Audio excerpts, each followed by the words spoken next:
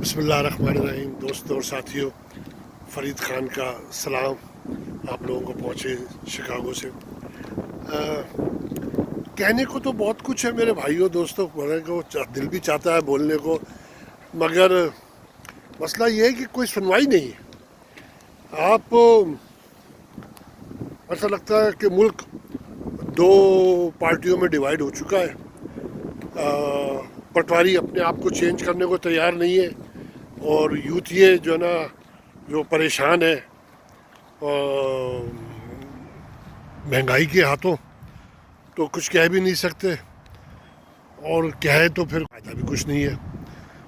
اور میں تو اپنی سی کوشش کرتا ہوں کچھ ویڈیو پہ کہنے کی، کچھ فیس بک پہ اپنے کلپس لوگوں کے دوستوں کے آتے ہیں مہنگائی کے بارے میں لگانے کے لیے، میں جو کرتا ہوں اس کو پروموٹ. لیکن مسئلہ یہ ہے کہ عمران خان کی گورنمنٹ کا سب سے بڑا برا حال صرف گورننس پر ہے، کیونکہ بیوروکریسی فل بدماشی پہ اتری ہوئی ہے. حرام خور نکمے لوگ، سفارشی، میٹرک بار بار فیل، وہ لوگ سب بیٹھے ہوئے ہیں بیوروکریسی کے اندر. آپ عارف حمید بھٹی کا پروگرام سن لیجئے، آپ کسی بھی اینکر کا پروگرام سن لیجئے، 90 سے 95% جو لوگ ہیں بیوروکریسی کے وہ کرپٹ ترین لوگ ہیں. عارف حمید بھٹی صاحب تو بیچارے اتنے نائس آدمی ہیں، کئی سب سے وہ تو کرپٹ لوگوں کا نام لے کے بولتے ہیں، فلاں ڈائریکٹر اس کا نام یہ ہے، یہ کرپٹ ترین آدمی ہے. لیکن مجال ہے جو کسی کے اوپر کانوں پہ جون ریکھتی ہو، جو کوئی اس کی سن کے اور اس آدمی کی انویسٹیگیشن کراتا ہو. نہ وہ وزیر اعلیٰ نہ وہ چیف سیکرٹری کوئی سنتا ہے، اس کی کوئی بات کرنے کی کوئی کوشش کرتے ہیں، اور نہ ہی جو ہے نا وزیر اعظم تک بات پہنچتی ہے. وزیر اعظم صاحب کی تو صرف آنکھیں اور کان، ان کا جو سیکرٹری ہے وہ اعظم خان، بس وہی ہے. کسی حد تک جو ان کی اپائنٹمنٹس ہیں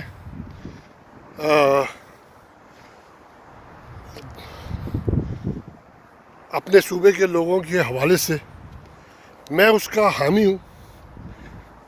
اس میں کوئی وہ نہیں ہے کہ کسی بھی جگہ سے آدمی کو ایماندار اور شریف ہونا چاہیے، لیکن ایڈمنسٹریٹر بھی ہونا چاہیے.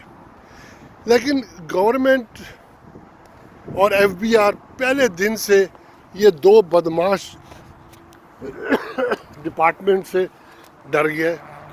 ایون عمران صاحب خود بھی بیوروکریسی سے ڈر گئے. اور بیوروکریسی سے ڈرنے کا مسئلہ یہی ہے کہ اس کی وجہ یہ کہ اگر وہ کام نہیں کریں گے تو پھر ملک کیسے چلے گا.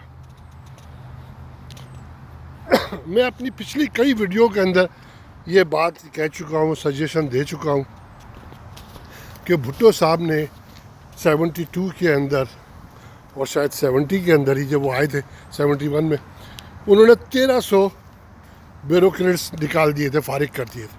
کسی کی کوئی کان نہیں پہ نہیں چلی، کوئی سپریم کورٹ کوئی نہیں کر سکی. اور وہ زیادہ تر جو بیوروکریٹس تھے، جو سرکاری افسر تھے، وہ اردو اسپیکنگ تھے. سوری، معذرت چاہتا ہوں، آج ذرا کوئی ڈرائنس کی وجہ سے کھانسی ہے کئی دنوں سے اس کا.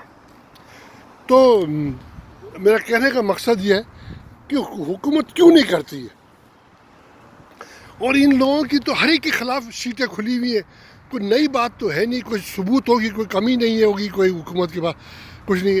کام ایک دھیلے کا نہیں ہو رہا. دوائیوں کو لے لیجئے آپ، تو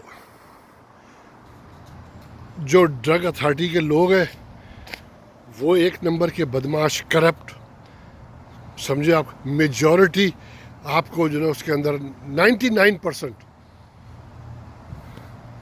آپ کو ملیں گے کرپٹ. اور انہوں نے جو ہے نا یہ لوکل ایڈمنسٹریٹر، لوکل مینوفیکچررز جو ہیں ان کے ساتھ مل کر انہوں نے پلان بنا لیا ہے. کمیشن ان کو مل جاتا ہے، گھروں پہ پہنچ جاتا ہے، سمجھے. تو وہ انہوں نے جو ہے نا وہ پرائس انکریز ہر سال 15% کے حساب سے انہوں نے اپروول کرا لیا.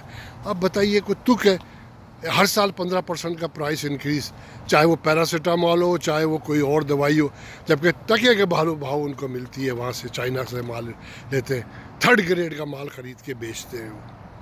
مگر کوئی پوچھنے والا نہیں ہے. اب ایک آدمی وزیر اعظم یا عمران خان کتنی چیزوں کو دیکھے گا؟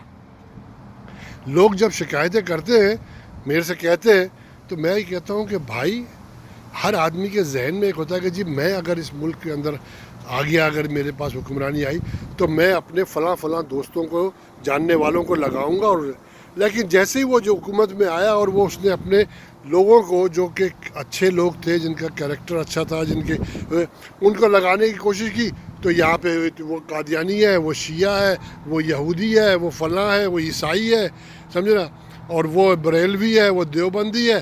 اس چکر کے اندر سارا بیڑا غرق کر دیا. اب اس ملک میں کہاں سے لائے فرشتے نکال کے وہ آدمی؟ اس کے تو اپنے دائیں بائیں سارے چور بیٹھے ہوئے. تو میں جو کہتا ہوں وہ 342 خاندان جو ہے, 342 جو اسمبلی ہے ممبر ہے, وہ 342 کے 342 چور. مہنگائی کا حال اتنا ہے برا, کوئی کام نہیں ہو رہا, کوئی بیروسی, کوئی پرائس کمیٹی نہیں ہے. ابھی میں نے آج ایک پرائس کمیٹی کے جو لاہور کے چیئرمین ہے وہ گورنمنٹ کے افسر ہوتے ہوئے نا رو رہے اور بول رہے جی کوئی پوچھنے والا نہیں ہے, کوئی نہیں کرتا, کوئی کام نہیں کرتا. بھائی میں آپ سے کہہ رہا ہوں عمران خان صاحب, وزیر اعلیٰ صاحب, وہ باہر نکلیں, ان بے غیرتوں کو سیٹوں سے نکالیں کھینچ کے, ان کو لے کے جائیں چوراہے پر اور پرائس کے پہ بولے اور عوام کو بولیں ان کو جوتے مارو. عوام ہماری بے غیرت عوام ہے, وہ دوسرے ملکوں کی تصویریں تو لگاتی ہے.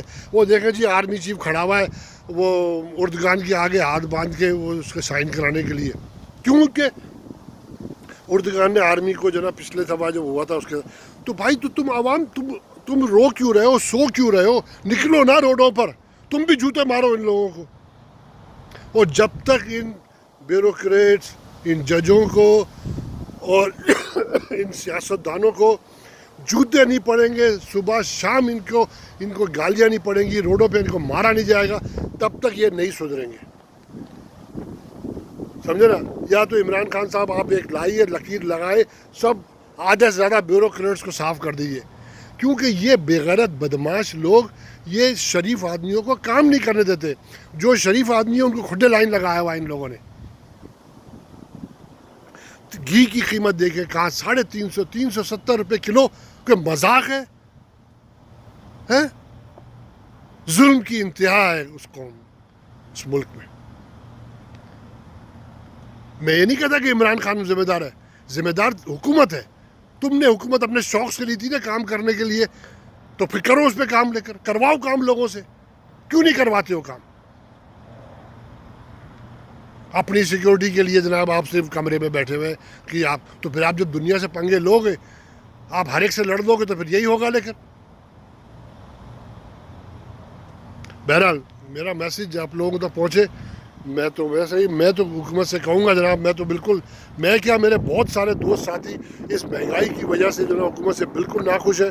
جو لوگ ووٹ ڈالتے رہے 2013 میں 2018 میں, وہ لوگ بہت زیادہ ناخوش ہیں حکومت سے اور عمران خان صاحب کی حکومت کی کارکردگی سے. ٹھیک ہے آپ کو جو نا اسٹیبلشمنٹ کی سپورٹ حاصل ہے, آپ نے گلگت بھی جیت لیا, آپ نے آزاد کشمیر بھی جیت لیا, آپ نے سب کچھ کر لیا, اور شاید آپ اگلا الیکشن بھی جیت جائیں کیونکہ آپ اسٹیبلشمنٹ کی مجبوری ہیں. لیکن اگر عوام جب روڈوں پہ نکل آئی نا تو نہ اسٹیبلشمنٹ ٹکے گی سامنے ساتھ آپ کے, اور نہ ہی آپ کے لوگ ٹک سکیں گے. لیکن یہ یاد رکھیے گا. لیکن سمجھے نا. اگلی میری ویڈیو تک کے لیے خدا حافظ. اگر میری ویڈیو پسند آئے آپ لوگوں کو, میں نے سوچا اگلی ویڈیو جو نا امریکہ کے مطالبات کے اوپر کروں گا انشاءاللہ تعالیٰ. تو میری ویڈیو کو پسند کریں, لائک کریں, اور اس کو ویوز کریں, اور میری چینل کو سبسکرائب کریں یوٹیوب پہ جا کر سبسکرائب کریں, بیل آئیکن کا بٹن دبائیں تاکہ اگلی ویڈیو میری آپ تک پہنچے, جو کہ میں انشاءاللہ تعالیٰ کل کروں گا امریکہ کے مطالبات کے اوپر. تھینک یو ویری مچ جناب. اللہ حافظ.